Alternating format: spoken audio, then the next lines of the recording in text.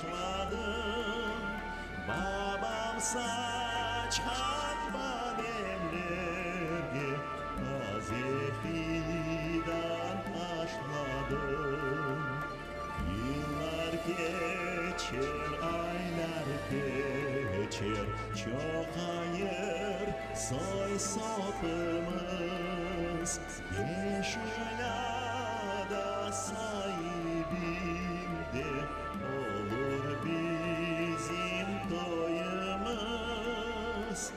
Yeşilada sahibinde olur bizim toyumuz.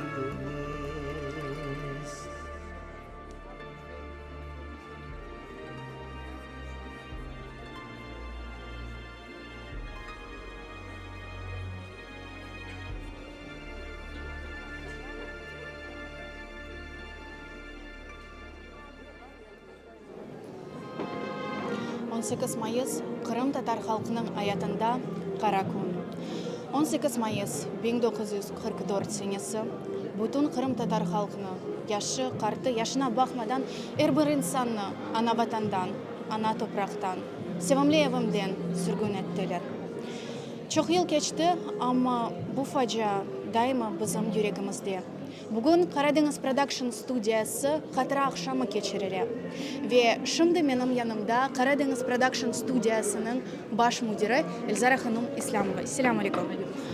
Bugünkü tedbir nasıl maksadıyla geçiyor? Сегодня 18 мая.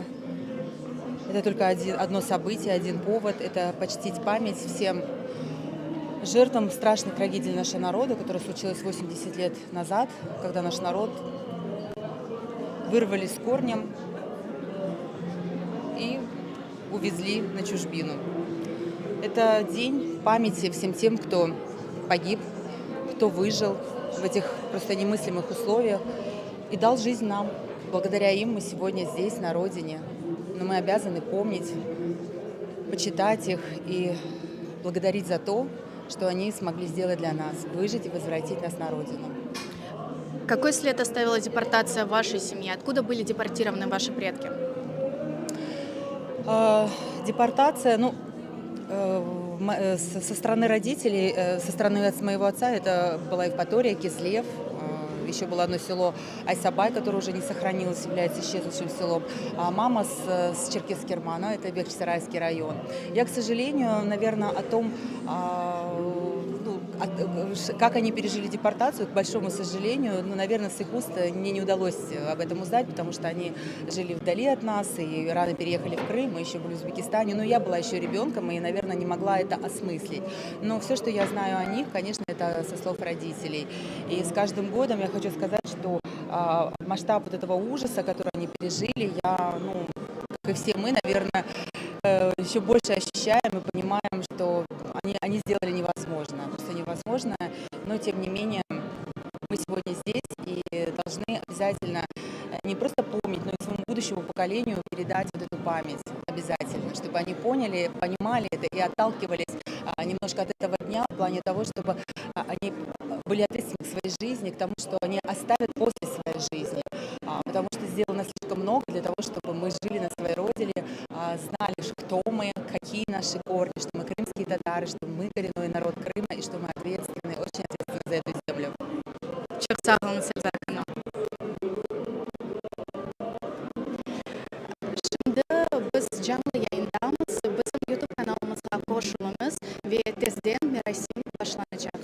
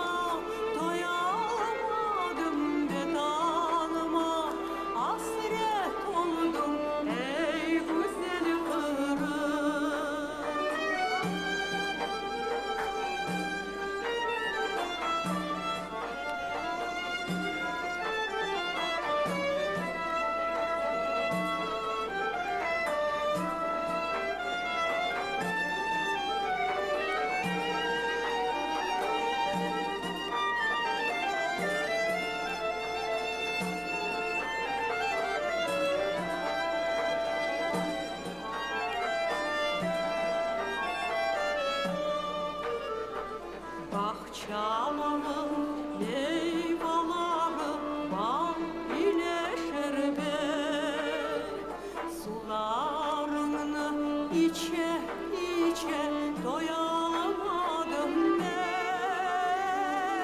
Ben bu yerde yaşamadım, yaşlılığıma doyamadım.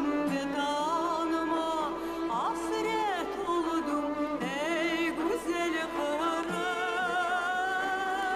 Ben bu yerde yaşamadım, yaşlılığıma doyamadım. Vedanıma hasret oldum ey güzel kırım.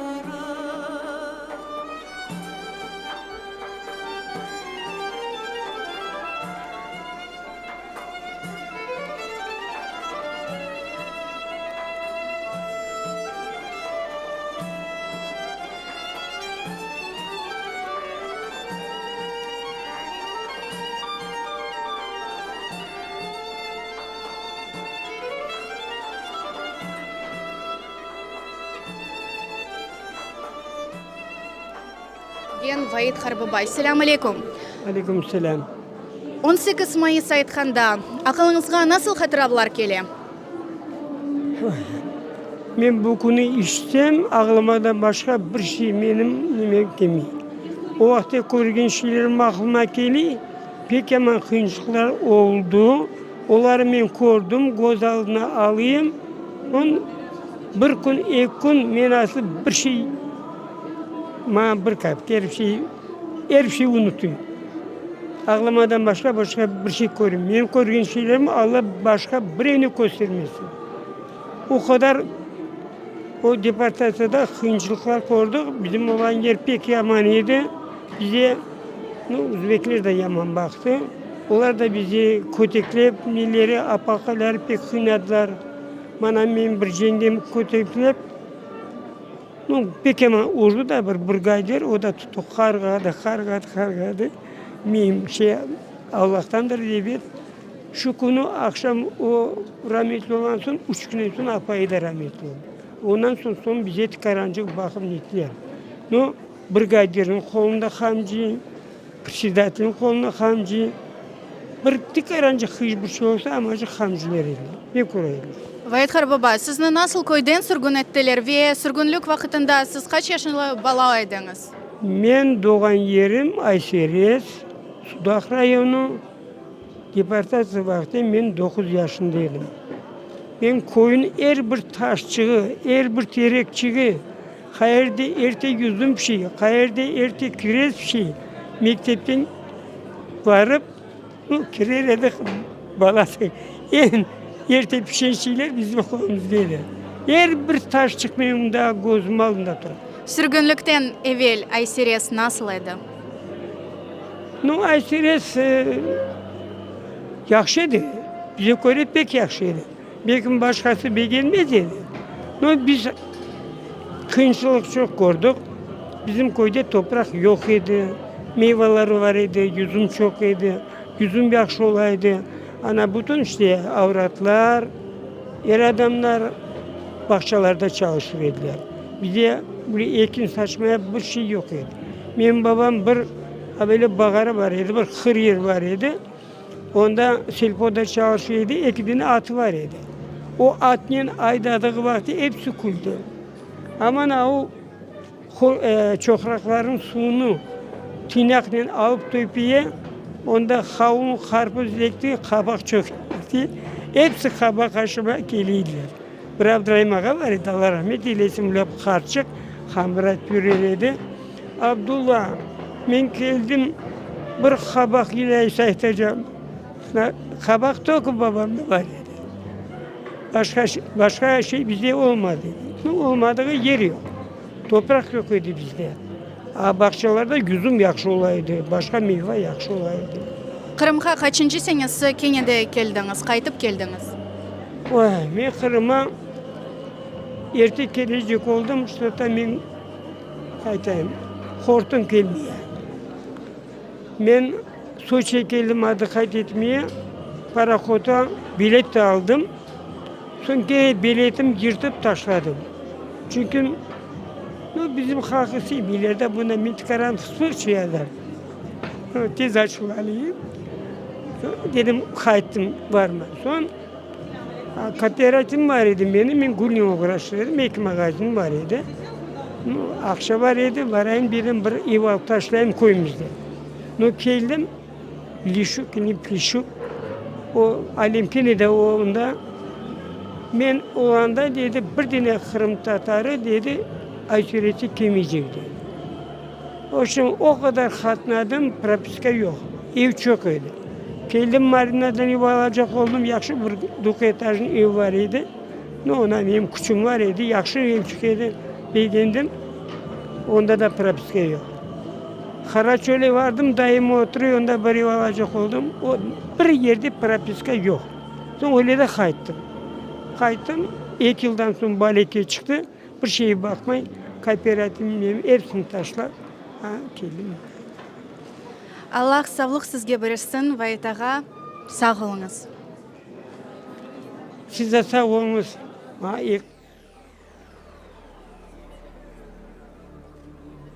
Giden bular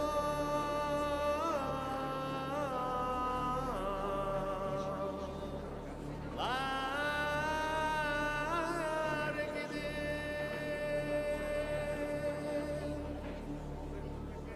Yarime selamlar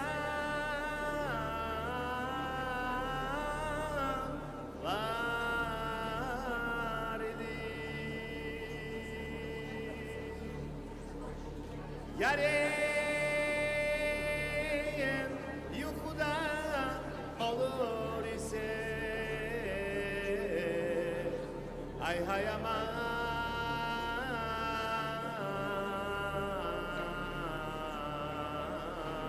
aman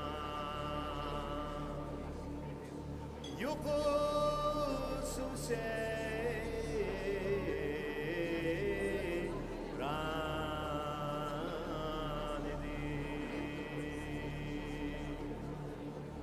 Yarem yukuda olur ise ay hay aman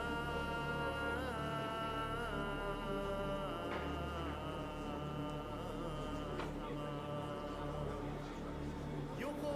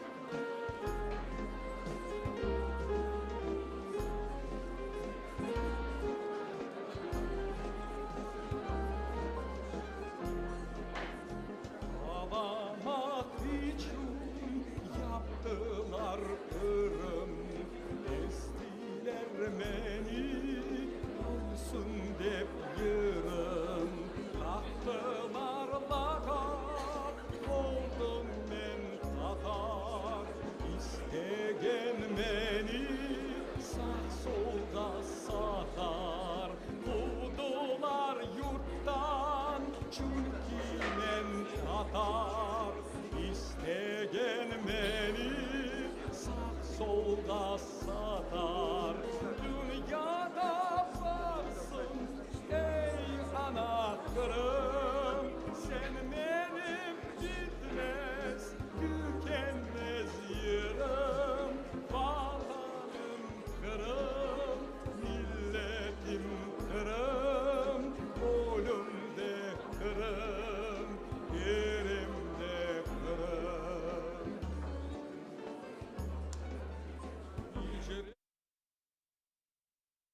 Новлар хорантасы бүтін айлесінен ве олар тылсымны ядикарлыклар бізге кетірділер ве келіңіз шымды бұл ядикарлыклар ақында бірабер малюмат білейік. Селам алейкум. Сіз бүгін насыл ешкеларнен келдіңіз?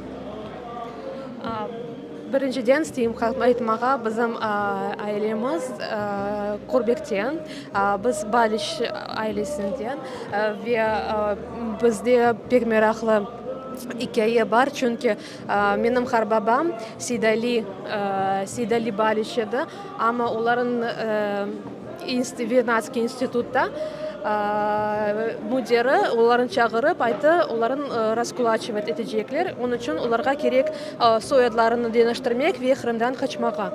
O zaman onlar koçtular Uzbekistan'a, stansiya Evreyski'de. Son o işledi, anda sebzelerinin bazılarının müdiri olgan ve o Kur'an'ın da apayını onda aldı. Ama apayı 41. senesinde Kırım'a misafirlikке gelip o söz toplarına ve Kırım'dan topladı iki sandık ve yolladı şeyler. Ama cenk başlaganda evet sandık kiyemegen ve herkes bildiğinde sandık kiyemeyecek, ama cenk bitken son bu sandık geldi anda Uzbekistan'a, benim harbabana Seydalik'e ve o içinde bana pek güzel meraklı şeyler onun için saklangan. Bu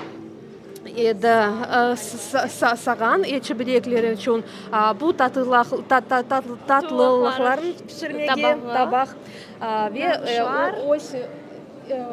yapılgan nağışlar. Kitapları da vardı, ama bu kitap birinciden benim harbabam Rişat Cemilov Uzbekistan'da pek çok hıdıraydı, pek eski kitaplar da Kırım'da basılgan şeyler ve benim bir kanam işledi nasıl? Neşriyatta kitaplarının hapılarını değiştirgen adamı edi. Ve ne vakit onlar kitaplarını tapaydılar, onlar onu restaurasiyasını yapaydılar. Onlar saklanıp kalsınlar. Ve bu kitaplar Indiya Kırım'a kayıtkanlar. Bu kitap ise birden aytınız ne? 1929 senesi basılgan. Aslında böyle bir pek büyük şeyler ve bu şeyler sizin Kur'an'ınızda endi nesilden nesilge geçecek, öyle mi? Mutlak bu bizim hazinemiz. Cenk vaqtında herkes düşüngen edi bu посылка жоюлган акында, ama cenk bitken son почта vasıtasıyla O'zbekistonga yetip keldi, sağ kaldı öyle. Bu büyük bir tarih ve tek sizin Kur'an'ınızın tarihi değil de bütün halkımızın tarihi. Onun için menimce böyle eşyalarını mutlak saklamak ve nesilden nesilmeye geçirmeye gerek. Çok sağ olunuz.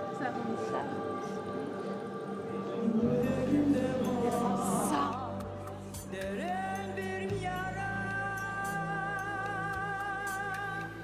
elimde resmi senden hatıra. Benim ateşim dudağım yansa, senden hatıra, senden hatıra, senden hatıra.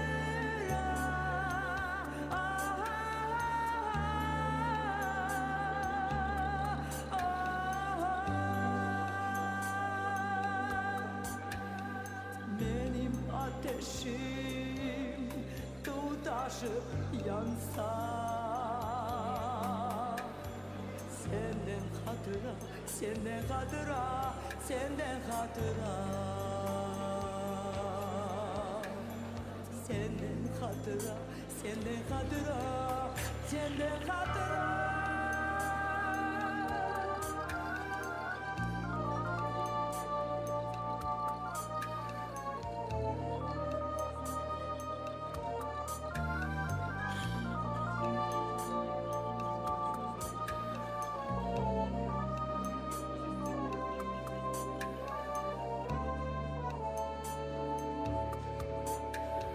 Yüreğimde var derin bir yara, elinde resmi senden hatıra, benim ateşim tutaşı yansa. Çok hırıntalar öz aile degirliklerini sakladılar ve şimdi Sevile Hanım Abduramanova ve onun kızı Adile Abduramanova bizge daha bir tılsımlı yadikarlık hakkında, onların hırıntanın tarihi hakkında tarif edecekler.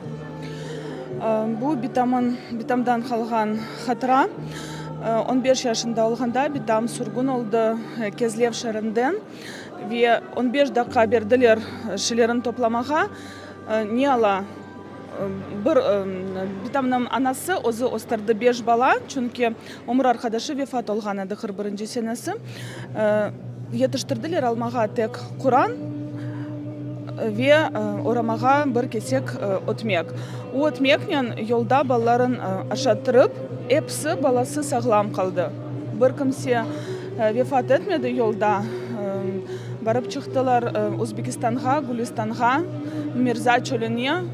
Kelgende şaşıp kaldılar çünkü toprak bembeyaz idi. Yeşil Kırım'dan geldiler Mirza çölüne. O da boşluk, bir şey yok ondan da, ama bizim Kırım Tatar halkımız anda da Dülber Gülistan yaptılar. O şehir oldu Gülistan. Bu bizim için pek kara günlerden birisi. Şimdi bitam harpaban bir kimse kalmadı, ama onların hatırları bizge hatıra olarak kaldılar. Bu şeyleri nağışlap onlar özün yaşayışın devam ettiler. Adile, 18 Mayıs hakkında senin hırıntanda ne aytalar? 18 Mayıs senin için bu nasıl gün? Kara gün. Bu günde men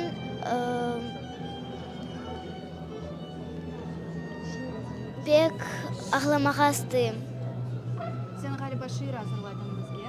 Okuy bilesin mi?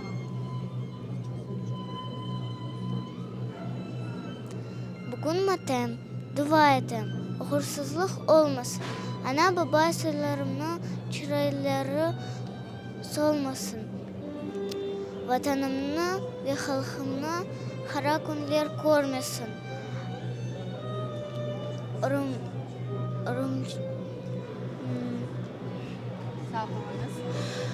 Sağ olunuz. Biz canlı yayını devam edemiz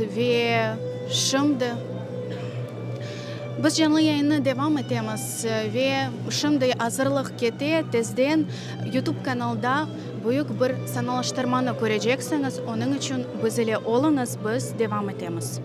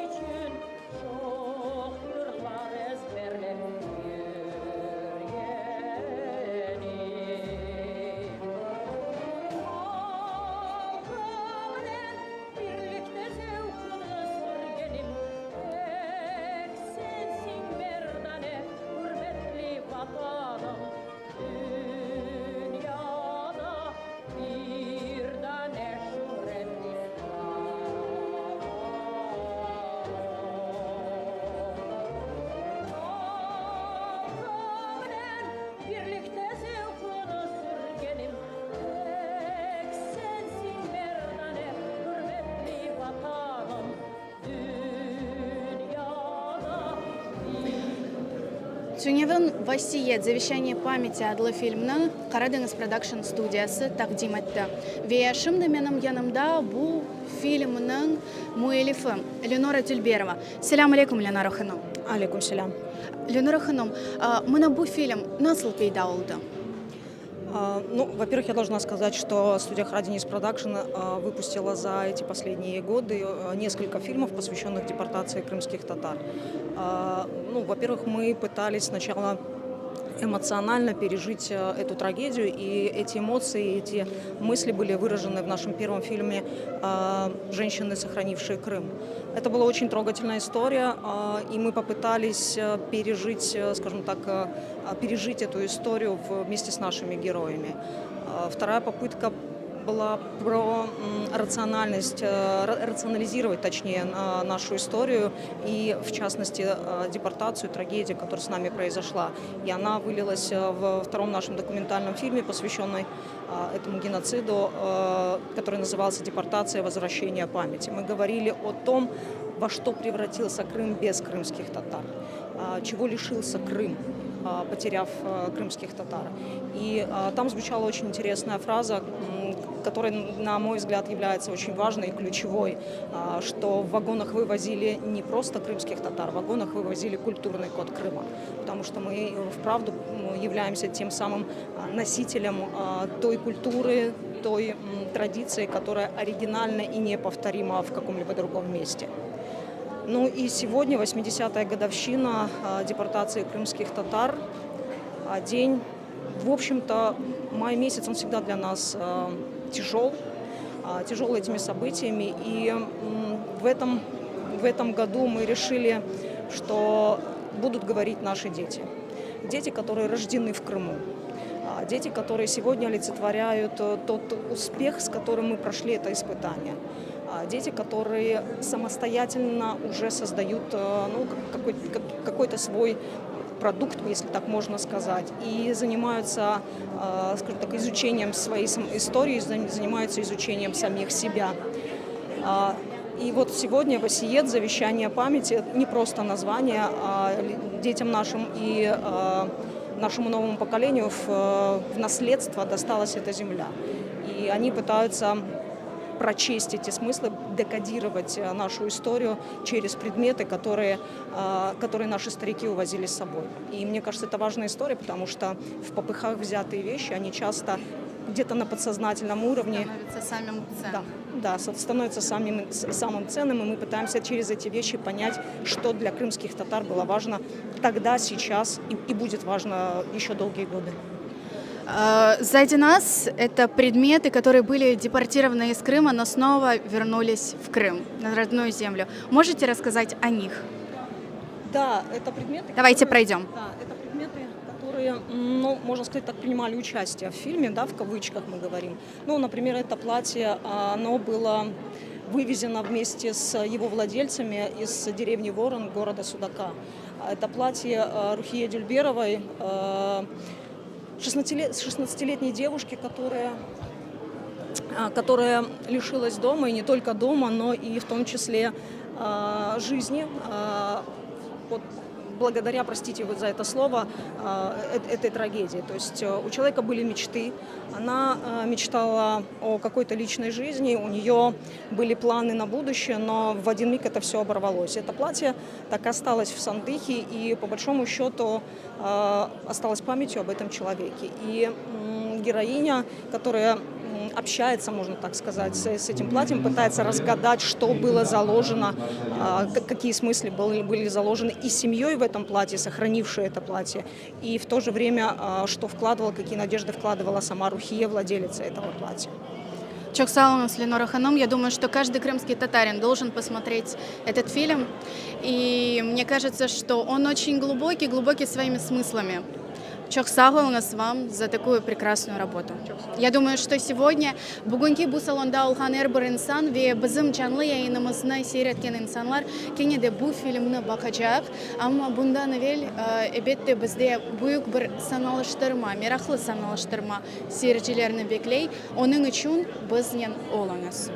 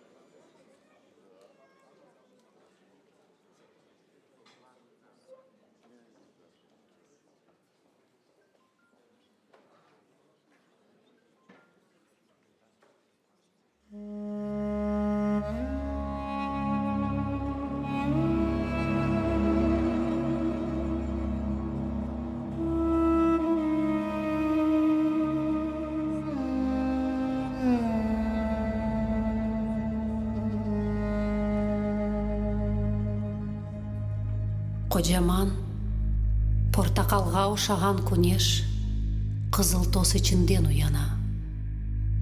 Мен evimnin kapısından çıktım. Galiba endi böyle desem mümkün.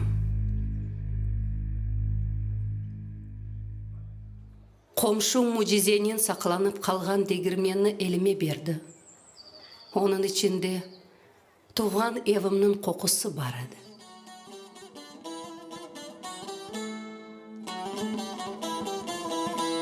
Bugün hepimiz bayramlık toplaştık. Herkes evinden bayram sofrasına bir şeyler getirdi. Biz hatta bazalarda güleşip başladık. İçimdeki ağrı sanki biraz eksilgen gibi geldi. Evimizin karşısında yaşayan iki kız kardeş kızıl toz içinde kaytarma oynar. Bizler ise meyve aşıp Kırım hakkında laf etemiz. İki ufak kızcık tozlangan tatiçiklerini adım adım yerinden almaştırılganını görüp yüreğim taştı. Evladlarımını hatırladım. Saniye, Dilara, İslam, Nariman, Zoriye. O Kırım gecesi de gözüm o günden geçti.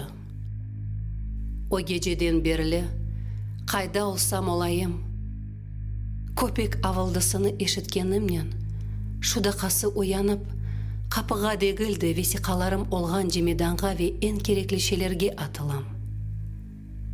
Son ise suvu karanlıkka dinlenilem. O geceden evvel olgan gongul ratlığımны hiçbir zamanda is eterim mi bilmeyim. O dehşetli geceden son emmenim, milletimnin umru ikiге bölündü.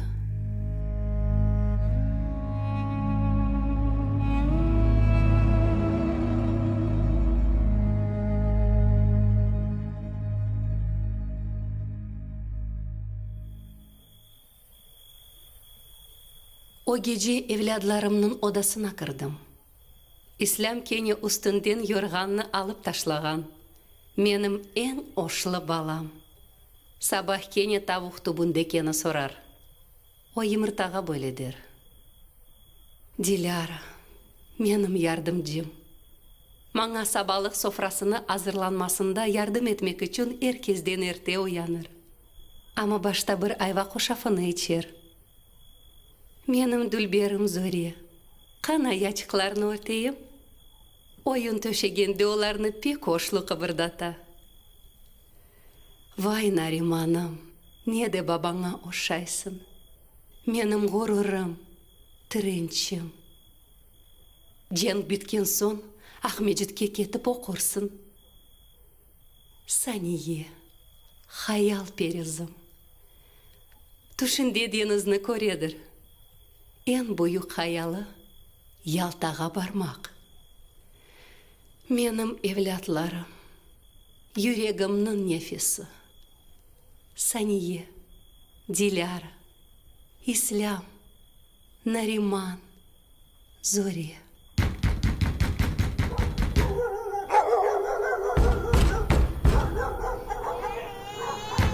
Askerler bir şeydeydi.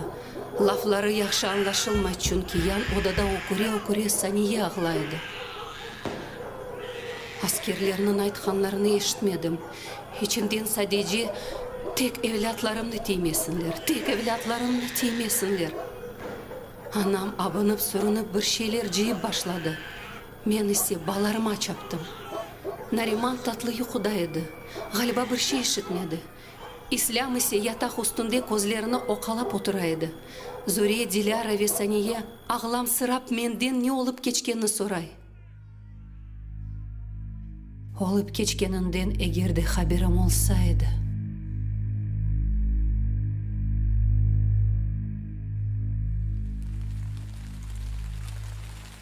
Evimizden çıkan vakitte yağmur sepeledi. Kok ağladı, koz yaşlarını oksuz kalgan evimizge akıtıp.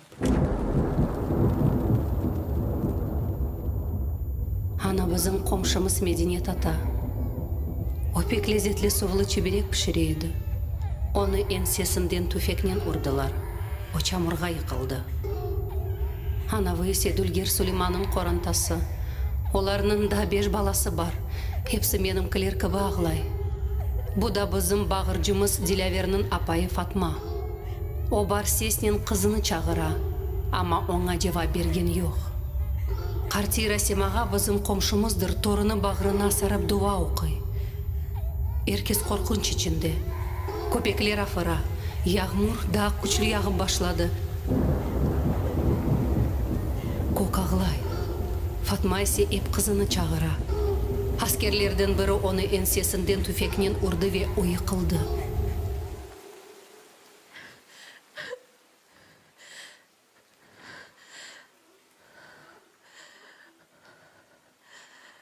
Yer ağladı. Kok ağladı. Millet ağladı. Üstümüzge yaptırılıp keldi meşher kun. Dağlar kara bulutlardan şallar bağladı. Bir gecede talilerge çekildi yekun. Açık kaldı sobaları sönmegen evler. Odalarda cehennemnin yelleri oynay. Ortalıkta dolaşarlar silalı devler. Analarının göz yaşına gözleri doymay. Kok Allah'sı şaşıp kaldı yer Allah'sına.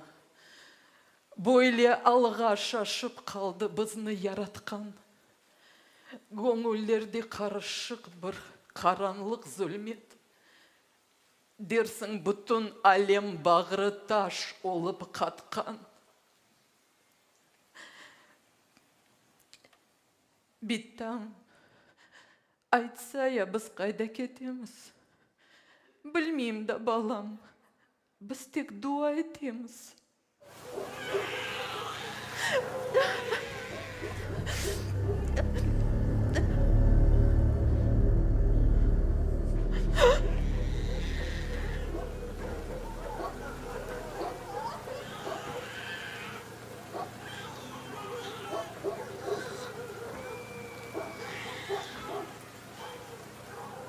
Men öz evladlarıma bakam. Keni de keni olarını sayıp geçem adlarını tekrarlayım. Нариман, Зоре, Ислам, Сание, Диляр.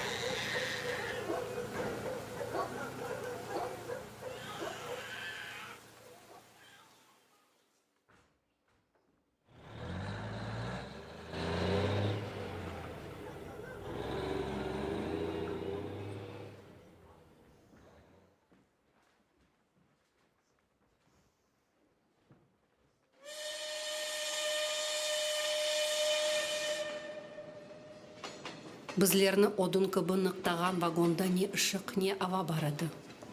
Sadece sık alınған nefesler kartlarının duvaları, ballarının ağlamaları, hasta bir tizenin ыңылтысы ve Fatma'nın kırılgan sesi.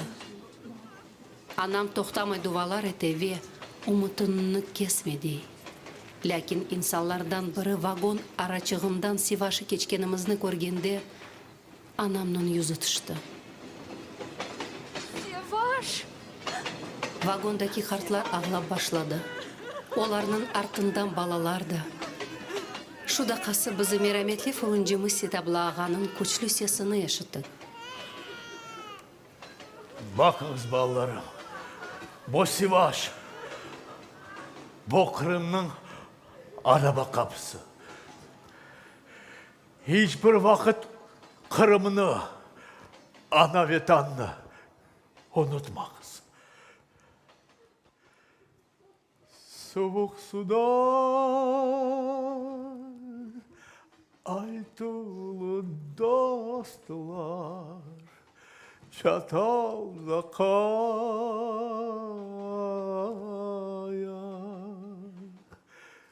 candan da sevgen koyumuz dost.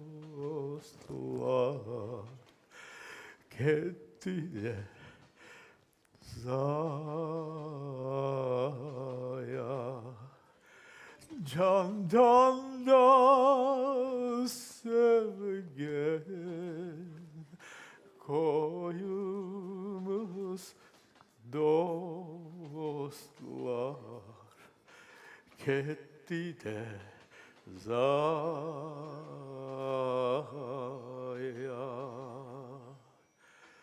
Bızkırımdan ketemiz dostlar kapını çekler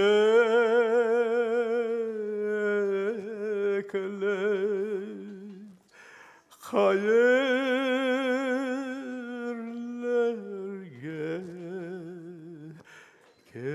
ketemiz dostlar halantir bekleyip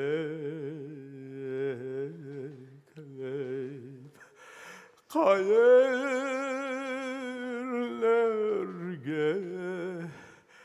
ketemiz dostlar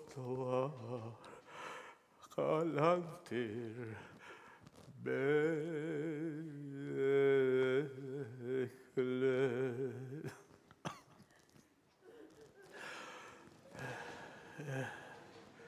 halantir bekleyip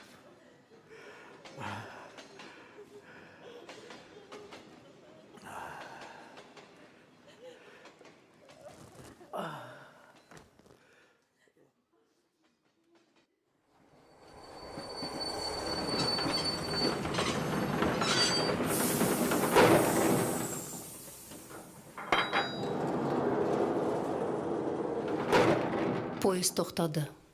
Тақталардан бір шелер сүрегенлеріні ештем. Артындан да кокыны ярған ағламалар. Күш тапып көз аралықтан ташладым. Аскерлер комшымыз Расим ағаның вожудыны сүреклейді. Сонысы аяқ ве қоларындан тұтып көтірділер. Салай-салай вагон қапысындан тышқа аттылар.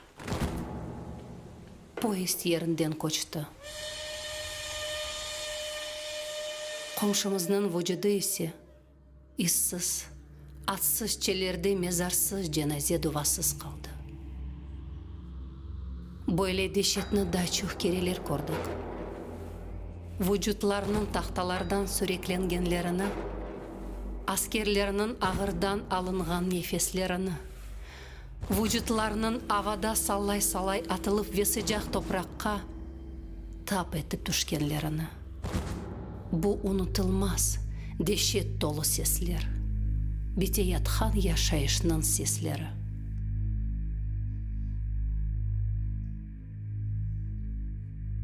Бір кересі поезд өлілер ташланған ерінің янында тоқталды. Бұтын геджианда тұрдық. Қартлардан бірі өлілерінің керегі кібі көммек үшін көрек сорады. Оңарет еттілер. Геже ярысы поезд янына бір сүрі келгенini duydық. Сонысы жанаварларының вызғысы, авылдавлары, увылдысы ен яқшы кесек үшін қавға сеслері.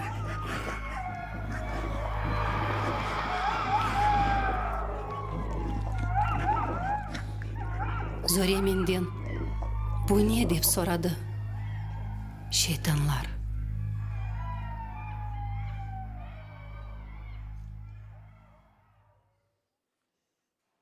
Алтынчы күн суд алғанымыз мерзия аптеке чынды.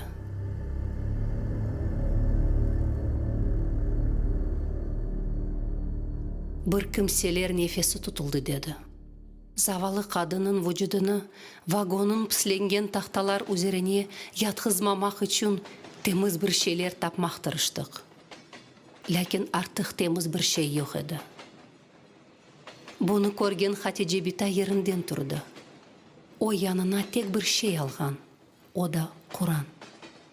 Оны açtı, додақлары сессіз же қыбырда балды, сонысы сайфлеріні ертіп, екі sıranен тызды. Мерзияны мында ұзатырмыз деді. Атешіне яқсаң мені. Ateşine yanayım. Karakölge döneyim ben. Atsız, işsiz kalayım. Nesilimi kurut Rabbim. Dünyadan yok olayım. Tek sağ kalsın tuğan yurtum. Aman kalsın Kırım'ım. Amin. Ya Rabbim. Aman kalsın yurtum. Mal kurt olgan oğul kızından. Aman kalsın yurtum. Haçtan, ecel taşlı yıldızdan. Zahiriyesi, urluğunu yok edecek yazıdan. Aman kalsın tuğan yurtum. Aman kalsın Kırım'ım. Amin. Ya Rabbi. Aman kalsın yurtum. Vahşi ahmaklarının şerinden. Yırtıcılar pancasından. Yılanlarının zehrinden. Kelmeşekler melunlarının kanlı bıçak kahrından. Aman kalsın tuğan yurtum. Aman kalsın vatanım. Amin. Ya Rabbim. Amin. Ya Rabbim. Amin. Ya Rabbim.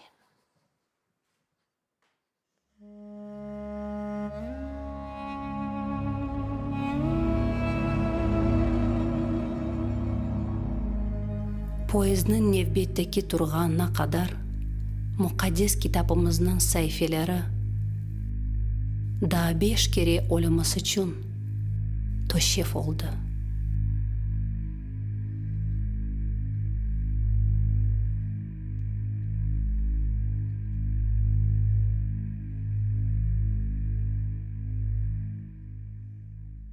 Zore sık esini joy başladı. Suvsuzluktan olsa gerek. Gelecek turakta anam suv kıdırmağa ketti.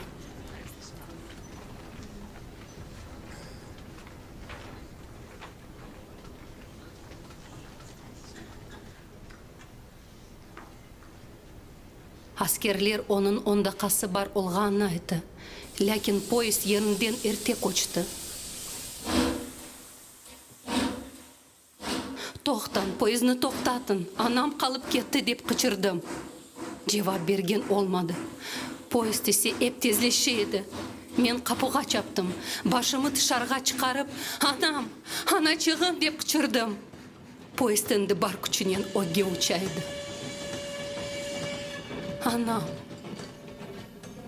O kun poyezdin артынан çapkan anamны son kekere koydum.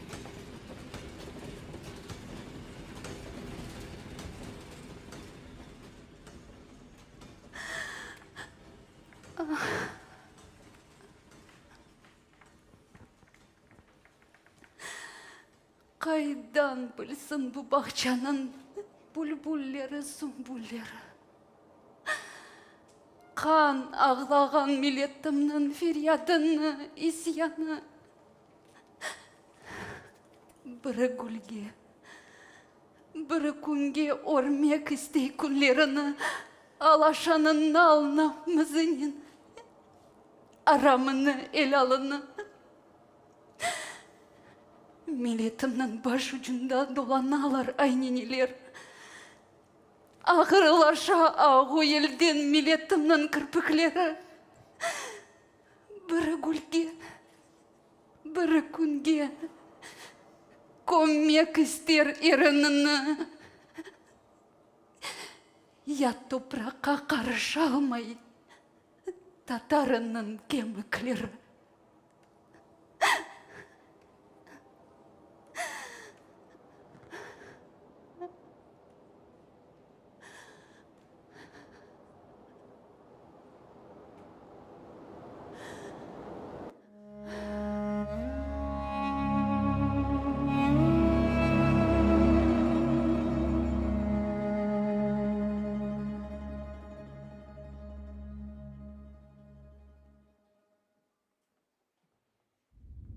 Поезд тоқталды. Эпіміз шықтық. Этрaf сары топырақ ве нефес яққан сыжақ. Аллаға шүкір біраз өтмекнен сув берділер. Сания садеже 2 ютум yaptı. Bizlerini hocur bayırlar yanına getirdiler. Bu zeminlikler eкен. Nevbetteki emirge kadar mında kalacağımızını dep ayttılar. Нариман Зоренен аш сув қыдырмаға кеттілер. Мен есе илкері қоларым Санияны көтермектен ағыртқанымны дөдім. Санки дерсін оларны іштен яқтылар. Юқылап қалғанымдан қаранық түшкенні доймадым. Бұтын баларым янымда ма? Сания, Ислам, Диляра, Зоре, Нариман. Епсі янымда еді. Бір топқа сақылып сарылғанлар. Бұны көріп авасы сұвғанны исеттім. Мезарлықта кібі. Яры гежеге яқын айны шу жанавар вызғысыны ештім. Айны шу авылдавларыны. Зореде уянды. Кене шейтанлар ма, ана? Эбет қызым юқла. Олар бізлеріні қорқытмақ істей. Олар сүрісінен бұл ерлерге дасық келечек. Үстіне садеже біраз топрақ атылған өлілеріні парам-парча етмек үшін. Чүнки мезар қазмасына бір кімсенің тақаты қалмаған еді. Ят топрақ да таш кібі қатты еді. Амма о илге жаны іч бір заман ұнытмам. Чүнки о біткенінде менің Санием уянмады.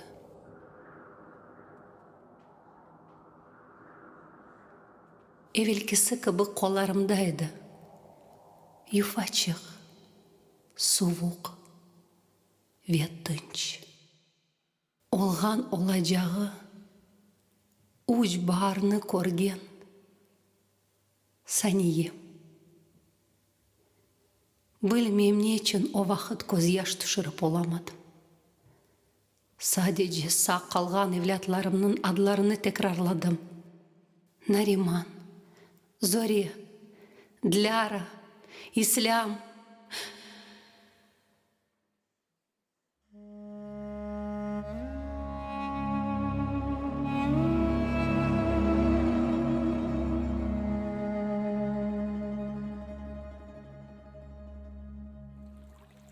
Bizlerini қара ve pis барақта yerleştirdiler.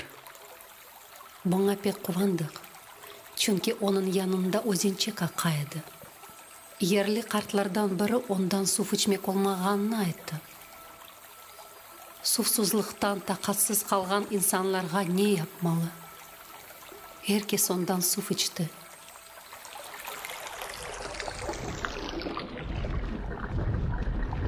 Ve herkes hastalandı. Bir haftadan barakta yerleştirgen adamlarından tek yarısı kaldı.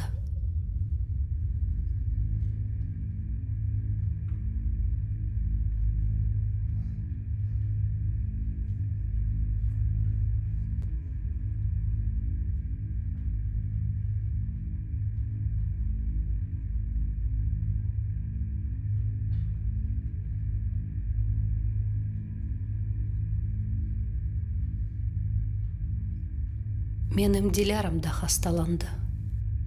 Еліні сымсық тұтып, хаятыны сақлап қалдырырым деп түшіндім. Дилярам 7 yaşında еді. O pek ayvақ ошафыны sevеді. Суф ақында айтқан қарти бір hafta devamında арабасында өлілеріні ташыды. Оларны мұсылманларға лайық кібі көммек үшін. Okun menden kızımını de alıp gitti. Kızımның peşinden bakıp, sağ kalgan evlatlarımның adlarını tekrarladım. Нариман, İslam, Зоре.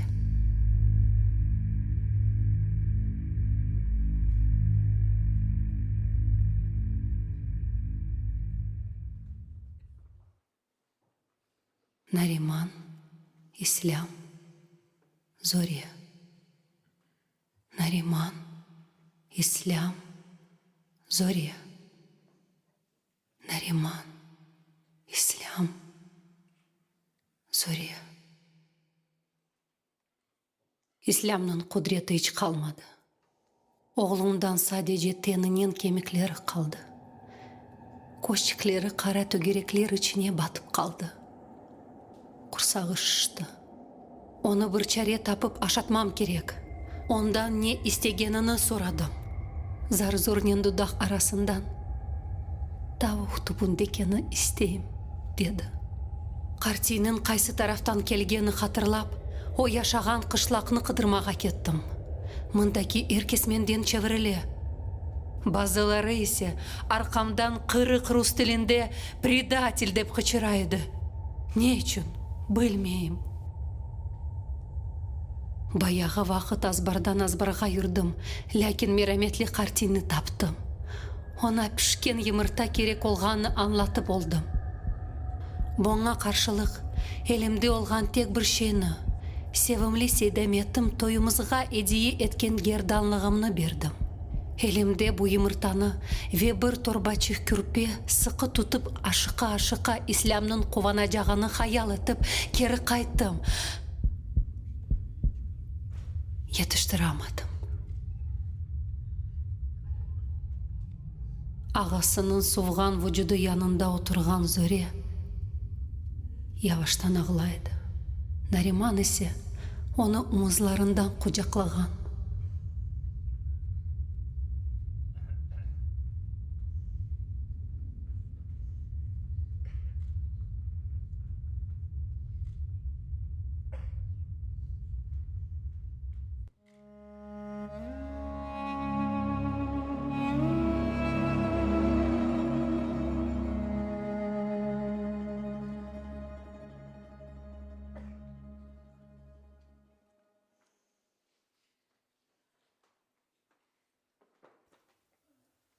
Нариман, Зория, сіз тек екіңіз қалдыңыз. Нариман, Зория.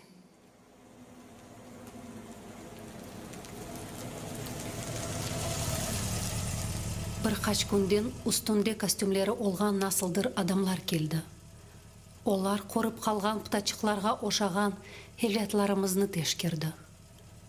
Оларны янына алып, ашаттырып, ювындыра білежеклеріні айттылар. Бұ адамлар балалар евінден еделер. Анам, егер оларнен барсам, Зорені кечіндіріп олырсыныз. Йоқ. Мен оларнен кетежем, ләкин сізні тапарым, анам. Йоқ. Нариман кетті. Онен берабер, сонки умытымде. Нариман, Зория. Нариман, Зория. Зория.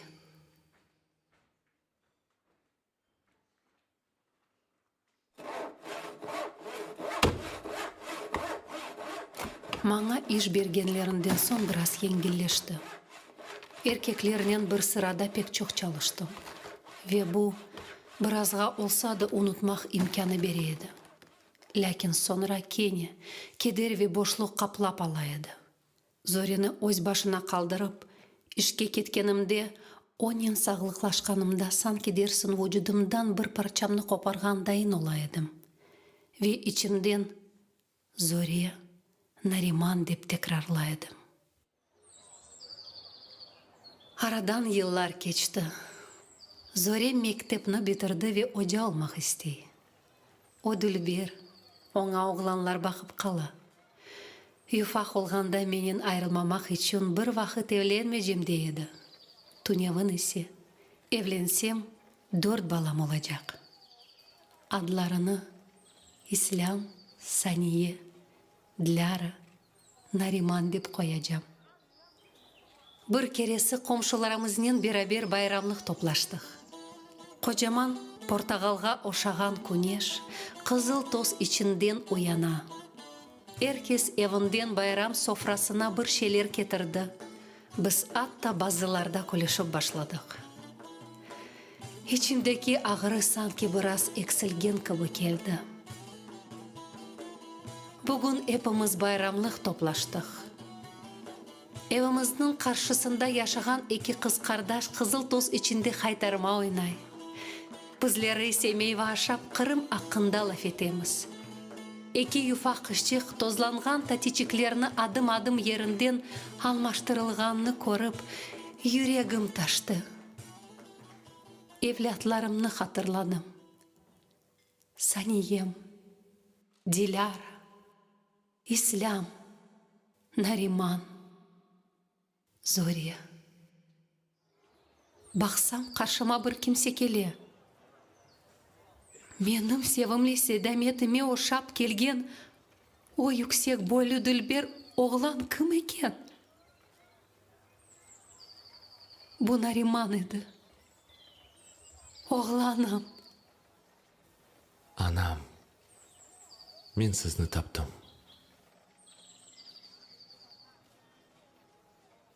Menim oğlanım sağ. O meni taptı. Hayatımның bir parçası qaytып keldi.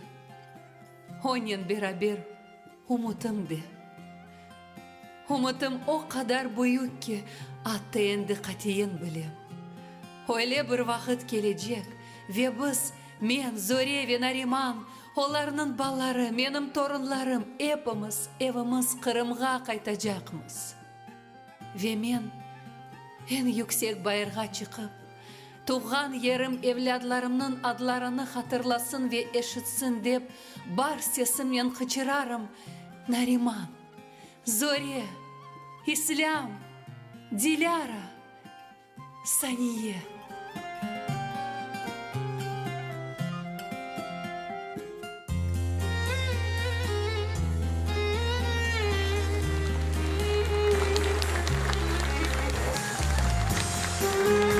Arkadaş Genç Cemaat Teşkilatı Mentor Elza Ramzayeva. Hareket ansambli. Ansamblinin reberleri Cemil Ablayev ve Zarina Zenedinova. Nefes Studentler Teatrı.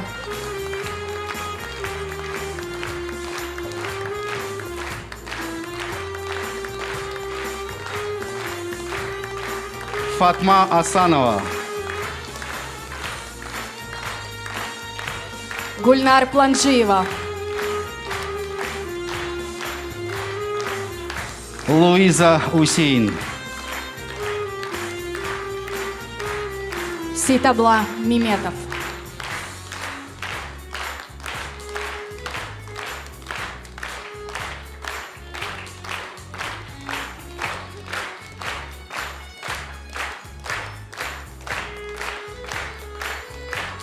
Lemara Celilova.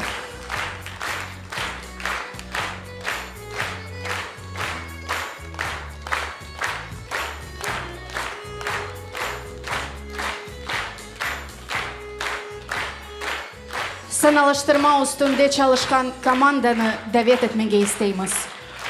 Administratorlar Elvina Asanova ve Rushen Patel. Dekoratör Ruslan Fayzrahmanov. Svet ressamları Emir Ahmet Umerov ve Emir Çilingir. Ressam Lenara Osman. Ses rejissörü Kemal Useynov. Rejissör Edem Asanov. Ve nihayet fikir müellifi, ssenariy müellifi ve sanalaştırıcı rejissör Alim Ablayev.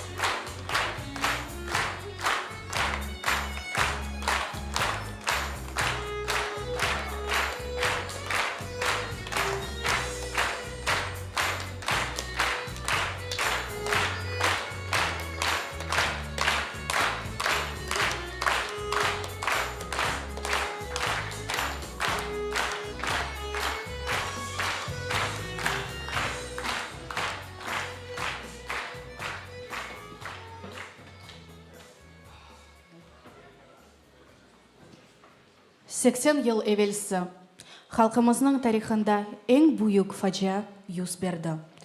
1944 senesi Mayıs 18'de insansız Stalin rejimi her bir Kırım Tatarını Kırım'dan sürgün etti. Esasen kadınlar, balalar ve kartlar sürgünlük kurbanları oldu.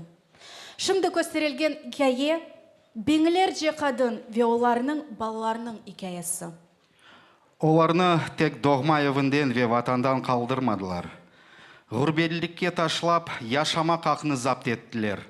O yerlerde hastalık ve açlıktan ölüm bekledi. Оларны Kırım Tatar adını taşımağa imkandan mahrum ettiler. Milli mektepler, kitap, muzika ve bütün medeniyetini çekip aldılar. Bunun hepsi Kırım Tatarlarının tarih ve adetlerini ana toprağından yok etmek için yapıldı. Her şeyini berbat ettiler. Ama halkının gönlünü alıp olamadılar. 80 yıl geçti. Ama hep yaşayan gönül bizim yırlarımızda, şiirlerimizde, oyunlarımızda sızlay.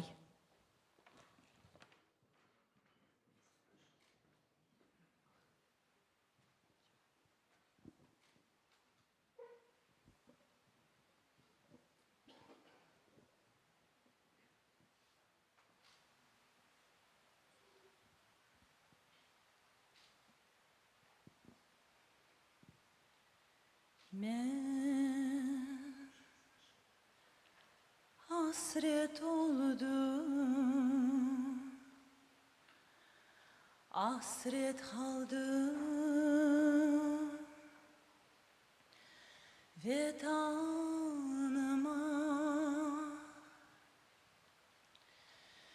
Yüksek dağlarını korgende, güzel bağlarımı korgende, ana vatanımı korgende, ağlap kaldım, ağlap kaldım. Yüksek dağlarıma korgende, güzel bağlarımı korgende, ana vatanımı korgende, ağlap kaldım, ağlap kaldım. Çok yıllar öte, birçok yıllar geçip kete, gene kaytırım ben yurtuma, gene kaytırım az bağrıma.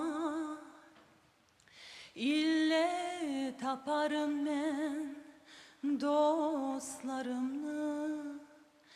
vatanımda, vatanımda. Gene kaytırım ben yurtuma, gene kaytırım az bağrıma. İlle taparım ben dostlarımı vatanımda, vatanımda. Yüksek yüksek dağlarına, koz yaşlıyım bağlarına, salkın salkın suları aman. Yüksek yüksek dağlarına, koz yaşlıyım bağlarına, salkın salkın suları aman. Hasret oldum vatanıma, hasret kaldım aman. Hasret oldum vatanıma, hasret kaldım aman. Yüksek yüksek dağlarına, koz yaşlıyım bağlarına, salkın salkın suları aman. Yüksek yüksek dağlarına, koz yaşlıyım bağlarına, salkın salkın suları aman. Hasret oldum vatanıma, hasret kaldım aman. Hasret oldum vatanıma, hasret kaldım aman.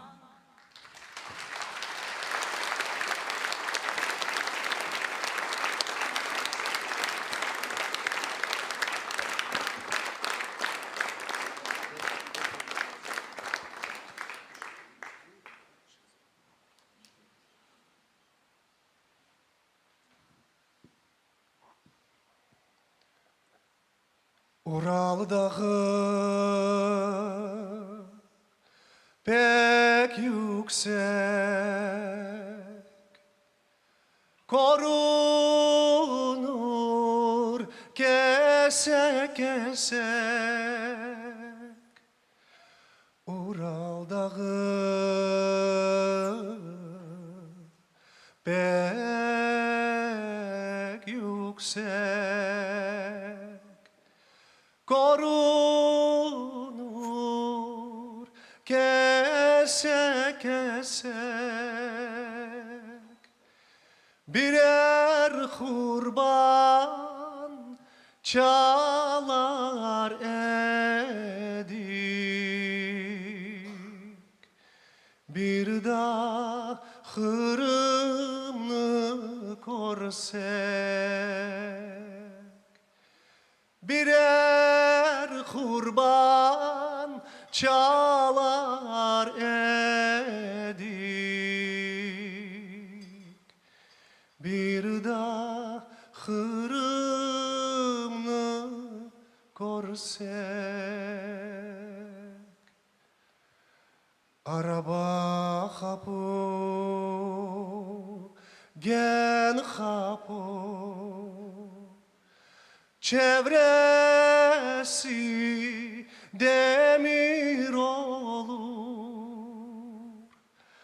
Araba kapı, gen kapı, çevresi demir olur.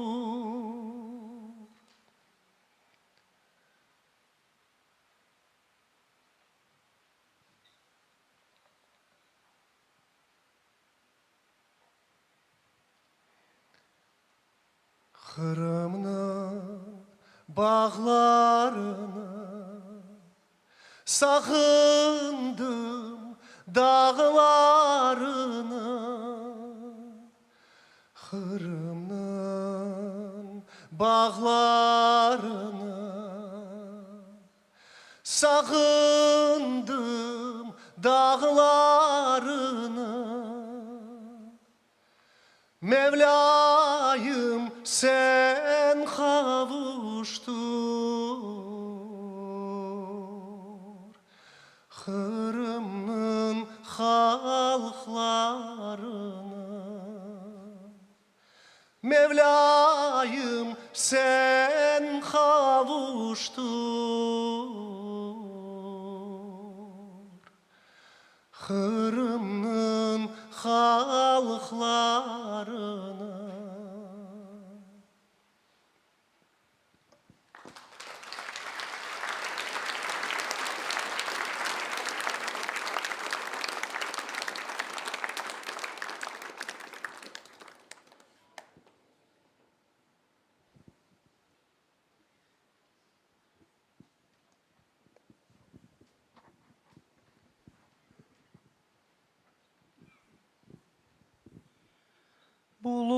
Bulutlar bulutlar Kayerden kelesiz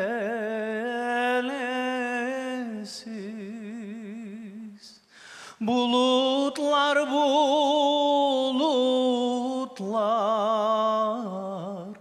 Kayerden kelesiz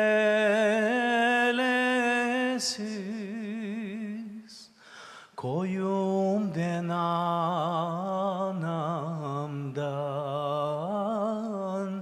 ne haber veresiz Koyumden anamdan ne haber veresiz Bulutlar bulutlar yaylağa ketiniz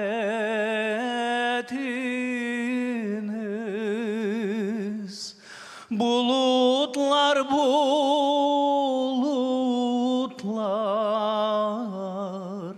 yaylağa ketiniz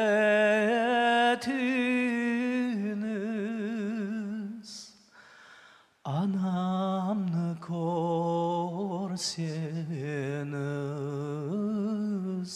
selamlar aytınız Anamны korseniz selamlar aytınız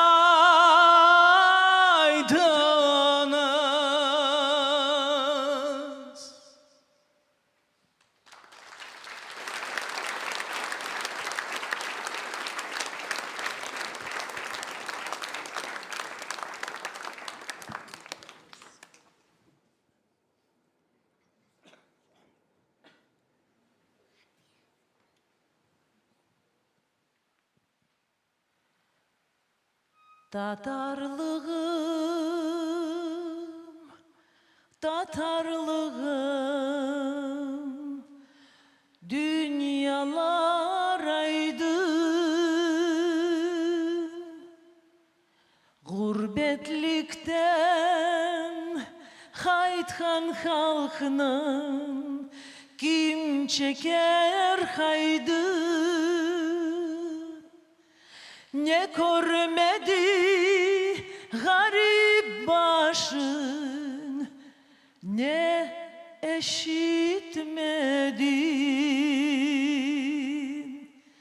Komendantlar at oynattı Sen hep işledin Sana vatan yasak oldu Kapalı yollar Kırım Tatar satkın diye Koyuldu kollar Yok dedin sen Yok bu yalan Gayrı görülsün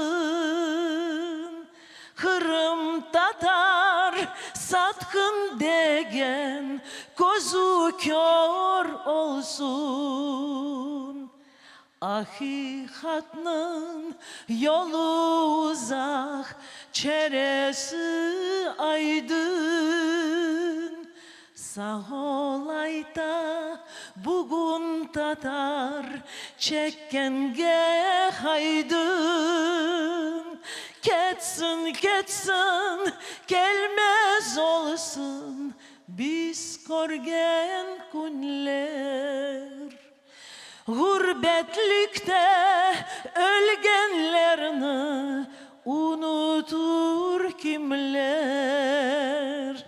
Kırım oğlu, Kırım kızı yemin eteyik Gerek olsa vatan için kurban keteyik Tatarlığım, Tatarlığım dünyalar aydı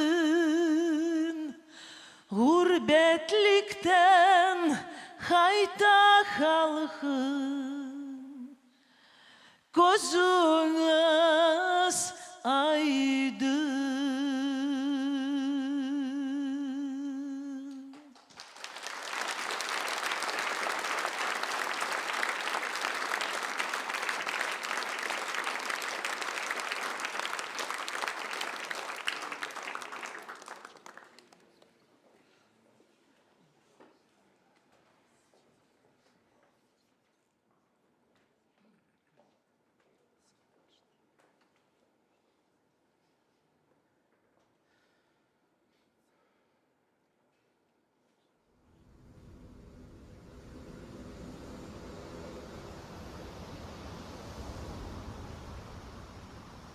Как долго, Родина, я ехала к тебе.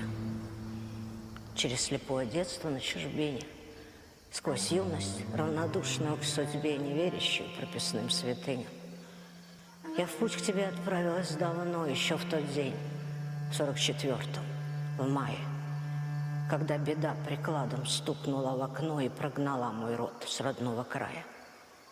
Пускай я родилась десятки лет спустя, в моей крови стучит воспоминание и душит горло боль, рассудок мой мутя. Я там, я среди них, начавших путь в изгнании.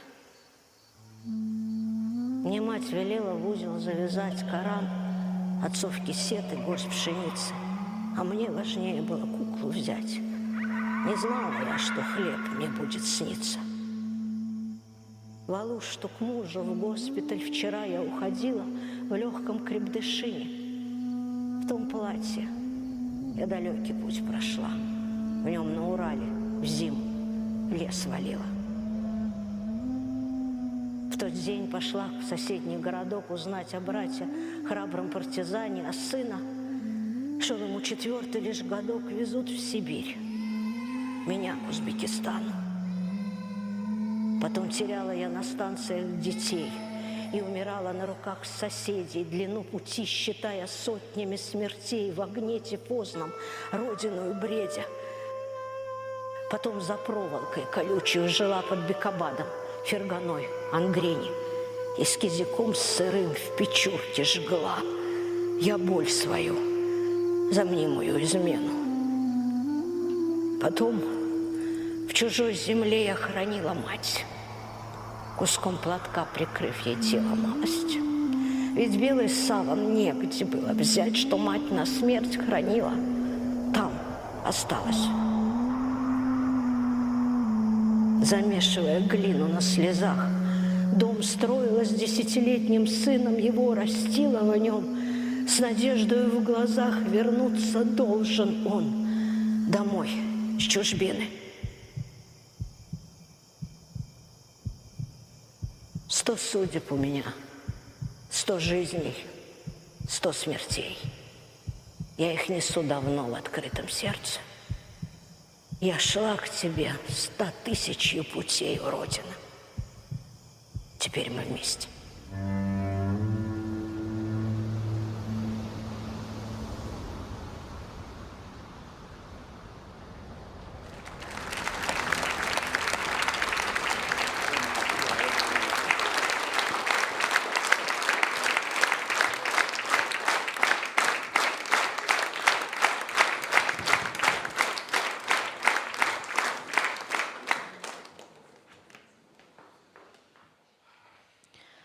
Неже аналар о қорқыншлы күнлерде балаларыны жойды? Неже бабалар женіктен қайтып қоранталарыны тапмады? Неже қартлар ғұрбетлікте бала торын көміп, көз яш төкіп көр олды? Неже азап чеккен, қиналған, ватансыз ве бақытқа үмітсіз қалғанлар? Беңлер, онлар, yüzler жебен қырым татары біздің қартана қарт бабаларымыз, ана бабаларымыз, аға таталарымыз. Олардан чоқсы ватандан асыретіні яшап оламадылар. Сақ қалғанлар яқынларыны көміп, о қадар хорлық чекіп, инсаниетлікні жоймады. Олар балаларымен берабер да ярым асыр ғұрбетлікте яшады. Ve күн evге қайтмақ арзусымен яшады. Бұтын инанылмас қиынлықларны кечіп, кенеде Қырымға қауышып, өз евіні құрмақ. Ве олар олғаны үшін, ве өз истегінден чекілмегені үшін біз ана топрағымызда яшаймыз. Ве шымды біз мұндамыз. Қырым көкі тобындеміз. Біз бір дуамызда Аллахтан өлгенлерге ве ватанға қайтмағанлары үшін рахмет сораймыз. Олар сүргінлік құрбанлары. Бізге Қырымға севгіні васиет еттілер. Олар өз хатыраларыны васиет етті. Фаджаның 80 йыллығына Қарадеңіз продакшн студиясы тамам бойле атны ташыған фильм азырлады. Васиет. Завещание памяти.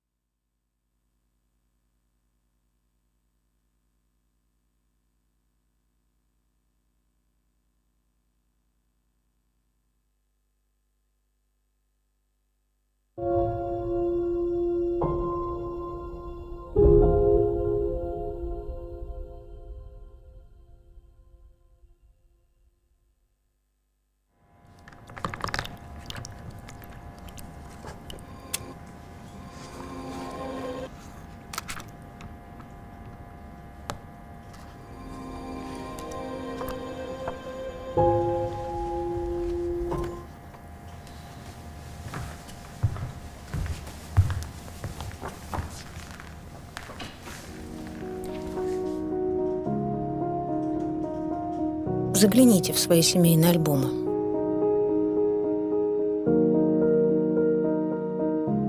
Вы ведь давно не листали эти потрепанные временем страницы. В них забавные и милые дети, девчонки с бантами, мальчишки с чубчиками. У них за спинами красивая молодость родителей и строгость уставших лиц стариков.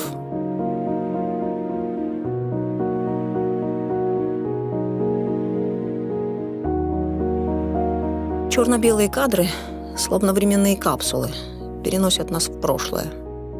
Унылый пейзаж на настенном полотне, скудная ваза на пьедестале сменились цветными фотографиями с отполированным интерьером советского фотоателье.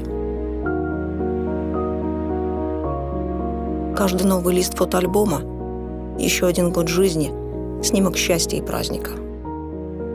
Вы ведь помните эти семейные фото в ряд? Галерея поколений с повторяющимся в друг друге чертами. У наших старых альбомов будет еще одно сходство. Там нет Крыма. В них сотни кадров с подписью «Привет с Урала», «Алма-Ата-65», красивые кадры советской молодости родителей с аккуратно выведенной рукой фотографа надписью «Черчик, дом отдыха, 10 лет октября». Но вы не встретите в наших альбомах снимки с подписью «Хартанамнын бахчасында», где бы светилось от счастья загорелое лицо ребенка в лозах старого виноградника. У нас нет фотографий нескольких поколений семьи у дома прадеда. Нет и кадров у тутовника, казавшегося в детстве гигантским, а спустя годы обычным деревом. Зато нам по наследству достались воспоминания, настолько яркие, что мы могли бы легко пройтись по маршрутам детства наших стариков, впервые видя их глаза. А еще нам досталась надежда на счастье, идеальное проявление которого могло случиться только в Крымской степи или у южных скал и моря. Мы точно знали, как выглядит дорога домой. Мы сами ее прокладывали. Нам оставалось лишь вернуть обратно однажды вывезенные смыслы, взятые вместе с вещами, в торопях снятых с полок и выхваченных из сандыхов в ту майскую ночь.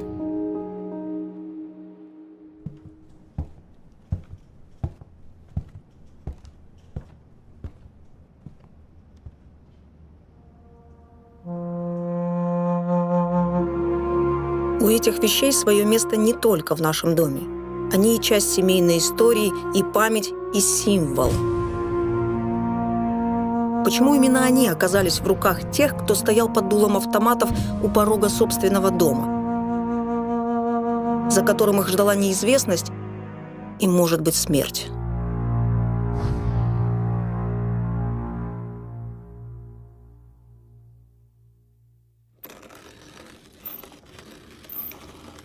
Страна со вкусом кофе. Таким мог быть Крым, если бы не...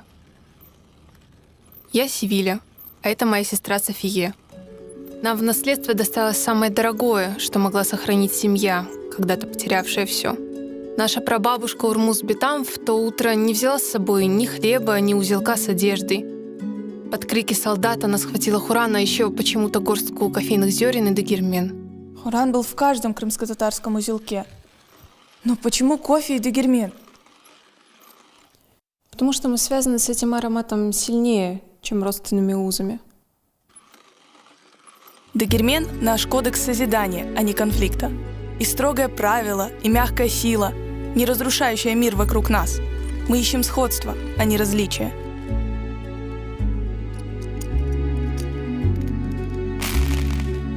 Представьте себе карту еще не советского, но уже и не крымско-татарского Крыма. Она буквально усыпана кофейнями. В каждом квартале каждого города. Кажется, что кофейни связывали нас какой-то особенной нитью. Это было местом встреч, где маленький софра хранил истории бесед.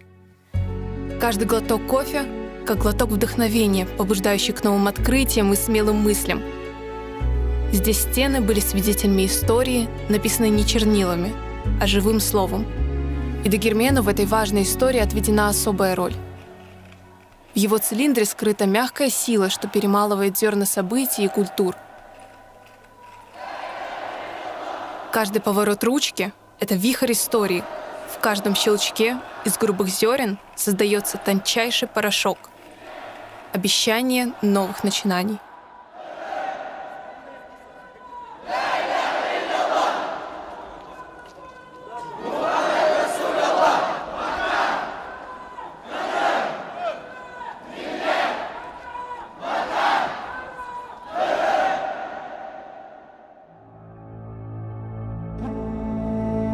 Темные времена рождают равнодушие, а сердца становятся черствыми.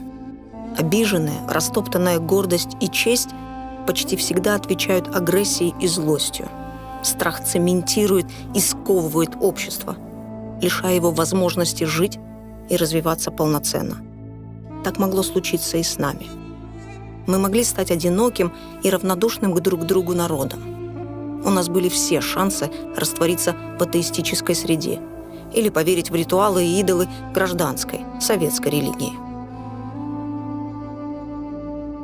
Но иман, вера, с которой мы никогда не оставались одинокими.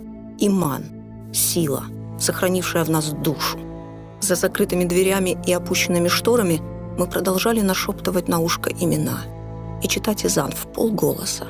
Но это было так громко, что могло бы стать штормом. Мы не отдавали взаймы свои представления о любви, чести, справедливости и мире. Не разменивали их на чины и блага. Неспешными куплетами «Илля Гилер» мы прокладывали дорогу домой. Ассалату вассалам алейки я Расул Аллах, ассалату вассалам алейки я Хабиб Аллах, ассалату вассалам алейки я Сеййиден эввелин ахирин, ve salli ala cemil enbiyâim el mürselin velhamdülillahi rabbil alemin. Rabbim Allah'ın rahmetli olsun.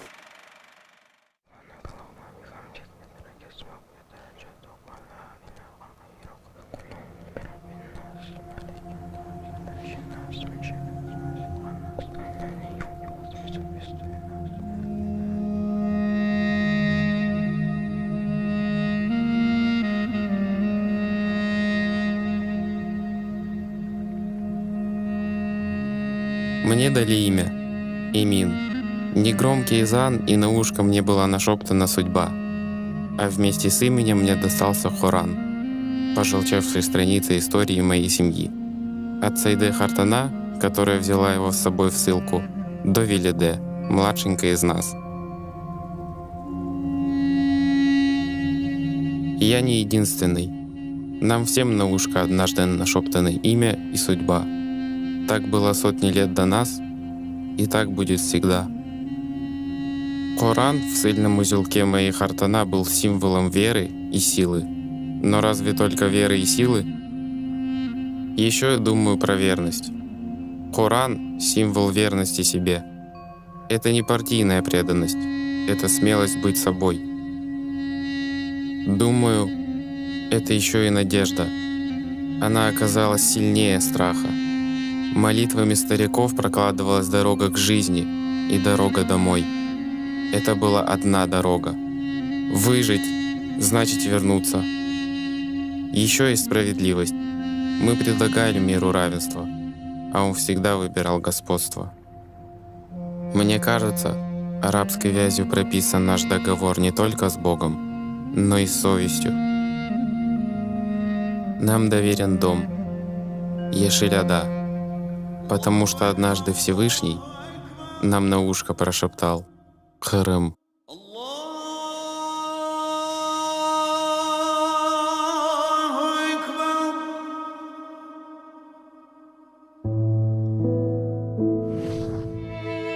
Хушах, келемлер, безлер, антерлер — это не просто вещи, вывезенные нами в мае 44-го. Это страницы и абзацы будущих книг про нас. Это наша неписанная история, хроника, которую хотели прервать. Мир всегда делился на своих и чужих, а эти вещи-маяки держали фокус на своих. Женское платье играло особую роль. Каждый вышитый узор, каждая нить, каждая складка платья хранила сложный разговор времен. Ткани и узоры были палитрой, где смешивались наши чувства, краски, в которые мы окрашивали мир. Поэтому мы знаем, как говорило счастье. Оно смущенно щебетало ярким цветом, а грусть всегда была светлой и однотонной.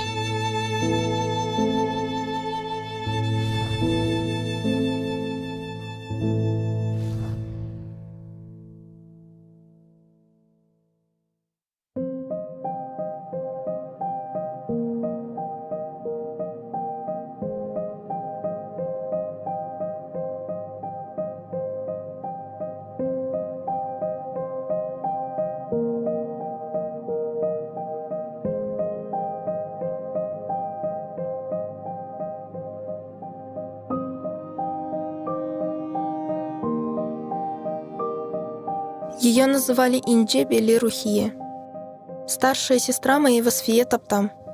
Она погибла на лесоповале, на Урале. Ей было всего 16, а это платье из ее приданного. Она сама его сшила. Ему уже 80 лет. Но оно так и осталось нетронутым. Теперь это память о ней. В каждом стежке здесь тепло ее рук, что крепко держали нить. Рухия сшивала свою судьбу, где каждый шов — цель, а каждый узор — клятва. Сверху, аккуратно по плечу, строгий силуэт фигуры. Эти линии, как наше правило, несгибаемы и не подвластны времени. И этот крой подола — крепкий и свободный. Платье такое одновременно строгое и меняющееся. Мы ведь тоже менялись, иногда приспосабливались, но чаще боролись. А посмотрите на этот эль-хапы, подкажущийся простотой и сложность, и изящество, как будто бы узор устройства нашей маленькой страны.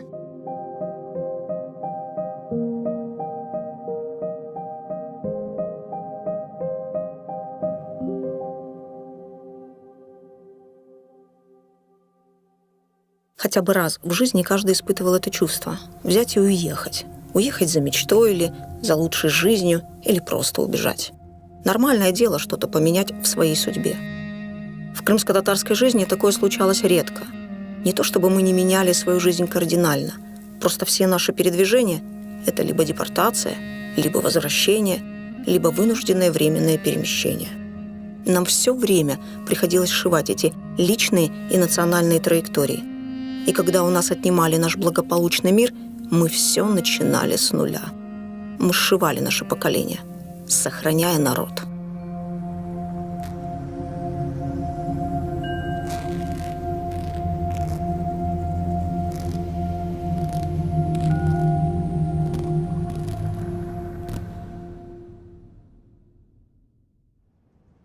Қырымдан анам-бабам насыл авдет олғанларыны мен білмейм.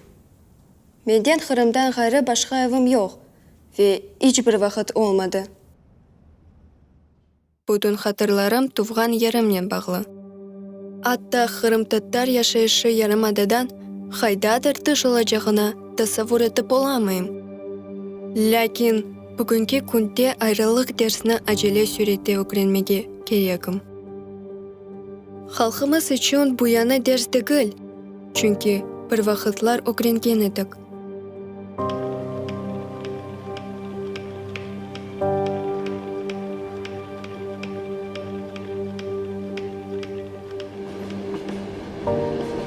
Қырық сенелерде беңлернен осмүрлер өмір имтиханından кечкенлер. Менің Хартананын анасы Хатиже Қырымдан Уралға сүргін еткенде тек-тікіш машинасына алды. Бұл машина бүтін айлесіні ачлықтан құртарды. О сәдеже бір құртарыcı дегіл. О кечмішні ве бүгінгі күнні бағлады. Бұл заман чархасы келечегімізнен сақлап қалған. Иш бұл механизмнің көрінмеген хусусияты бар. О, деверлеріні бірлештіре ве бұшлықларға yol бермей. Ве бұл чарықнан айлануы девамында тарихымыз іч тоқталмады. Еллар девамында шекеленген, түзгін çalışқан машина бізні де тербиеліп, сабыр, тақатқа өгретті. Оның әр бір қысымының өз вазифесі бар. Ләкин олар бірлікте бұйық тешібүстір, жоқ шейге қабілеті олған тақымдыр.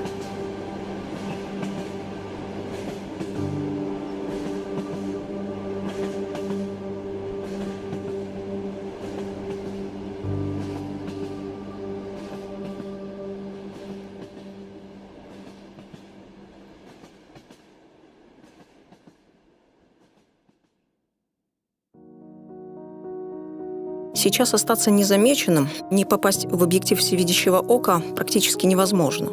Но в то же время сжечь рукописи становится все сложнее и сложнее. Мы уже собирали сожженные страницы своей истории. Корявым почерком и дрожащей рукой старики писали дневники своей жизни в Крыму. Немного смешная, но точная схема расположения домов в деревне с аккуратно выведенными буквами имен соседей над квадратиком проекции дома. Условные границы Мали, с звучными названиями, рассказывающими, чем жил квартал, чем занимался. А еще списки сел и жителей, мини-перепись, ревизия человеческих душ. Десятки строчек школьной тетрадки. И почти на каждой клеточной страничке песня.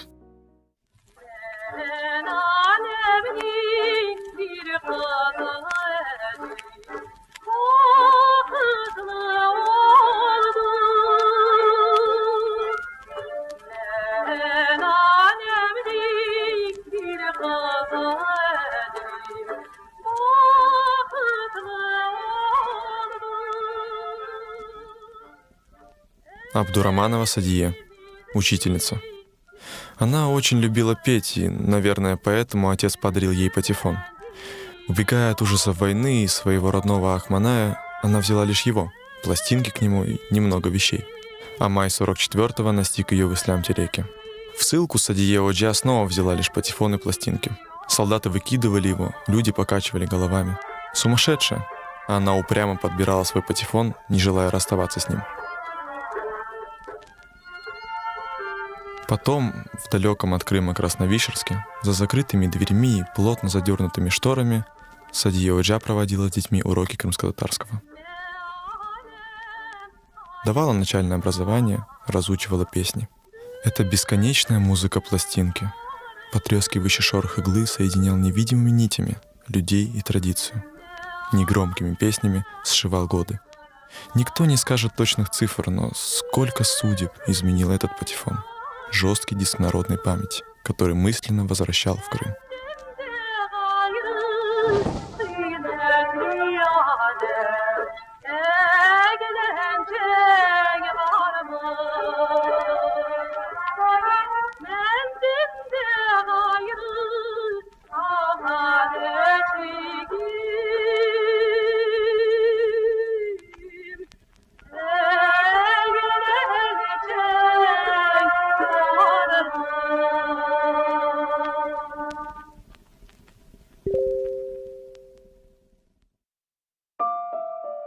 У истории есть правило.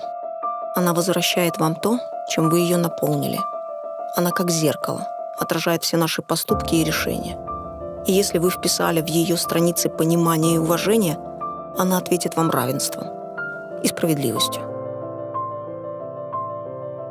Но если вы оставляете лишь следы разрушений и конфликтов, то будущие поколения унаследуют агрессию, а в итоге и забвение. Мы выжили благодаря нашим неписанным правилам. Истории, сохраненные в негромкой молитве, в мягкой силе Дигермена, в узорах платьев, в тетрадках с песнями и швейных машинках. Все эти вещи имеют голоса. Они сложили наш портрет, характер, преодолевший страх и боль. Мы снова говорим. Говорим голосами своих детей и внуков. Мы снова шепчем на ушко имена. И громко звучит Изан. Теперь уже в память сохранивших нам жизнь.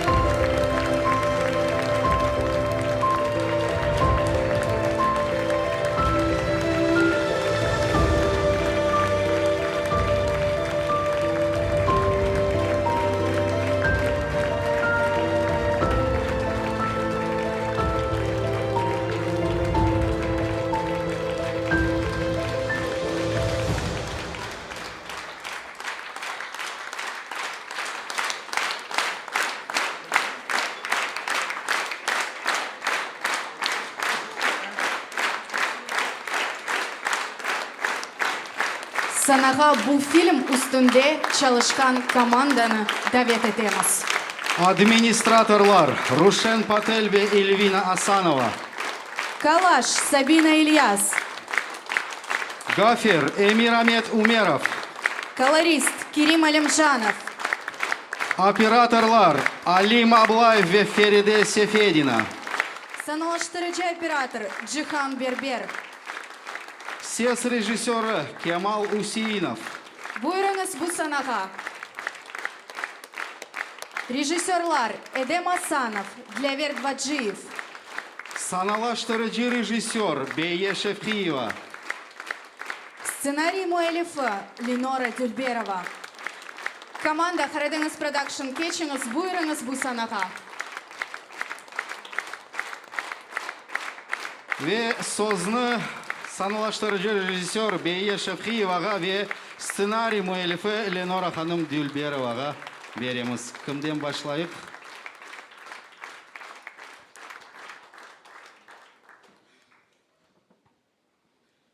Селям алейкум.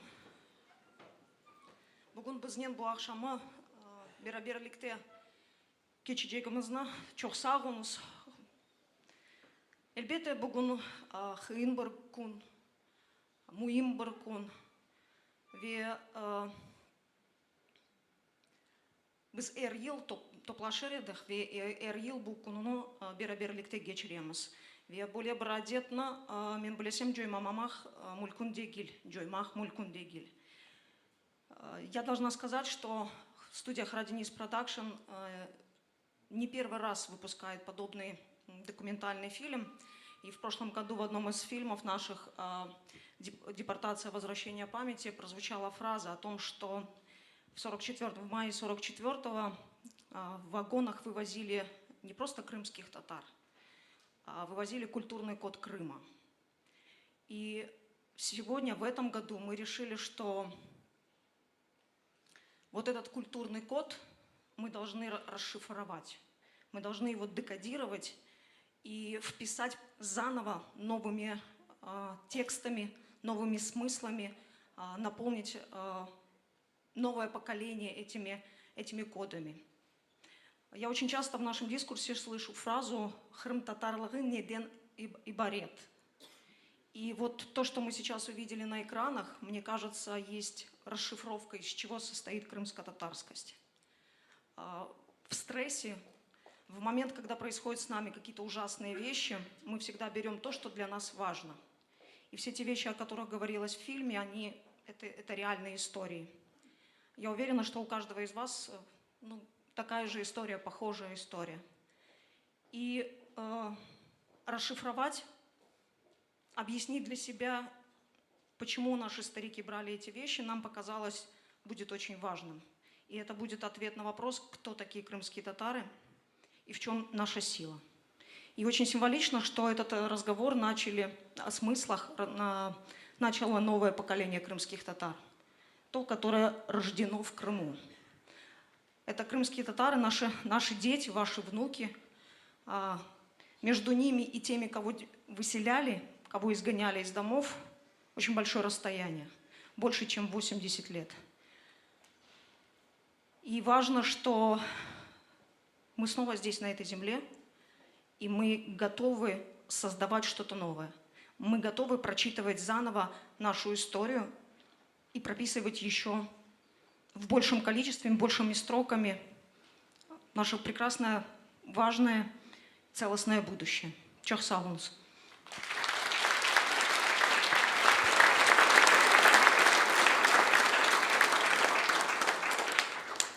Selam aleykum vatandaşlarımız. Bu merasimde çıkış etmege bana pek heyecanlı. Onun için birinciden bütün Karadeniz Production komandasına teşekkür bildirmege isteyim. Bu filmni böyle bir obrazda çıkarmağa yardım ettiğiniz için çok sağ olunuz. Ve ümit ettim, bu filmni bakkan gelecek nesillerimiz, menligini kıdırgan nesillerimiz ya da suallerge kıdırgan nesillerimiz bu filmni bakıp erşeyanlar. Sağ olunuz. Çok sağ olunuz. Sözге Karadeniz Production студиясының мудир muavini Лиля Буджурованы davet etemiz. Ve Karadeniz Production студиясының мудирі Эльзара Ислямованы da bu yerге davet etemiz.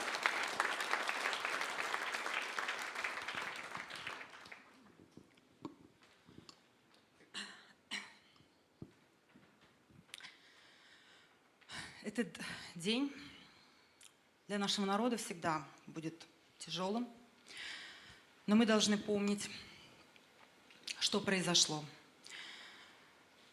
Помнить всех тех, которые прошли этот страшный день, кто погиб и кто выжил, чтобы подарить нам жизнь. В последнее время мы часто слышим о том, зачем вам ворошить прошлое, зачем вы так зацикливаетесь. Живите будущим, радуйтесь. А мы живем и радуемся, и развиваемся на своей родине, оставаясь крымскими татарами. Потому что знаем, какой ценой досталась нам эта жизнь. Я благодарю всю творческую команду, большую, она не вся на сцене. Такого проникновенного перформанса, с которым руководил Алим Аблаев. Фильм, который создали Ленора Ханум, Бия Ханум и вся ваша молодая команда. Сау у нас. Это мероприятие мы завершили этим фильмом, несмотря на то, что он тоже тяжелый, он и не мог быть другим. В нем, согласитесь, очень много света. Такое ощущение, как будто открыли наши души, проговорили. Посмотрите, как много света в глазах наших детей. И самое главное, в этом фильме есть дорога, есть путь в будущее. И есть понимание, импульсы того, что важного мы должны сделать в этой дороге. У нашего поколения большая ответственность перед будущим поколением. Какими мы их должны воспитать? Какие коды мы должны перенести в них? Как сохранить идентичность крымских татар на своей родине и привить настоящую любовь к своей родине? И мы обязаны справиться с этой задачей. Сағылыңыз, нам очень было важно для нашей команды провести этот день и вечер вместе со своим народом. Сағылыңыз.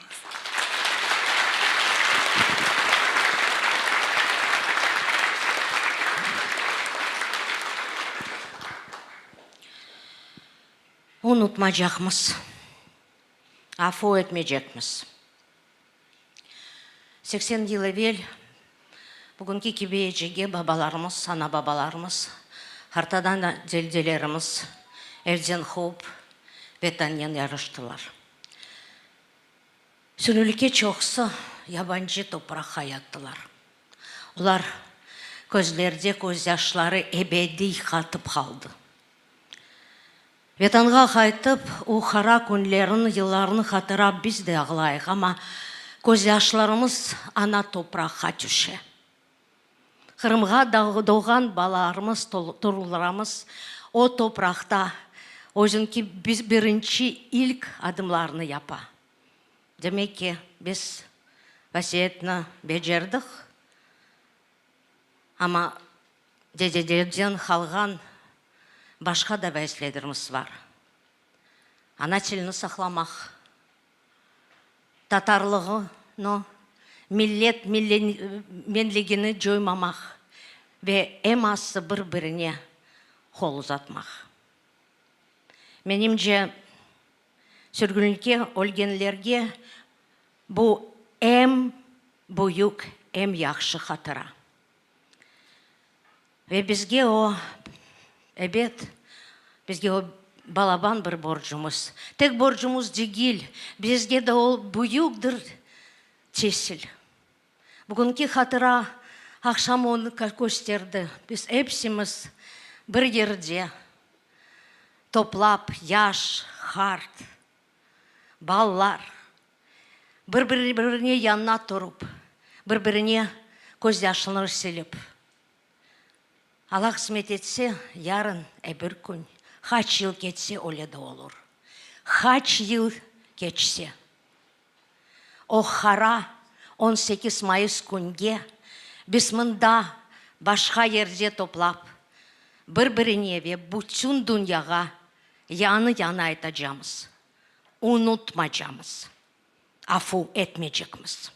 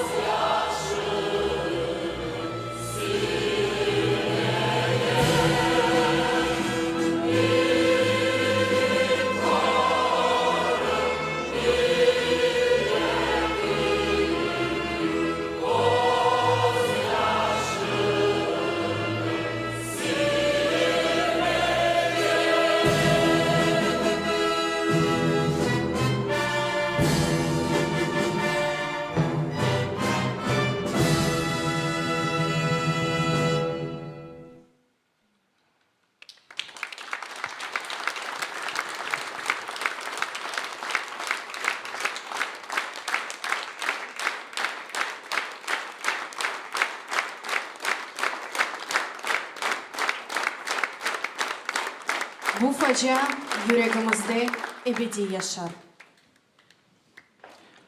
Урмәтле мусафирлер, эпіңізге келгеніңіз үшін сау болыңыз деп айтамыз.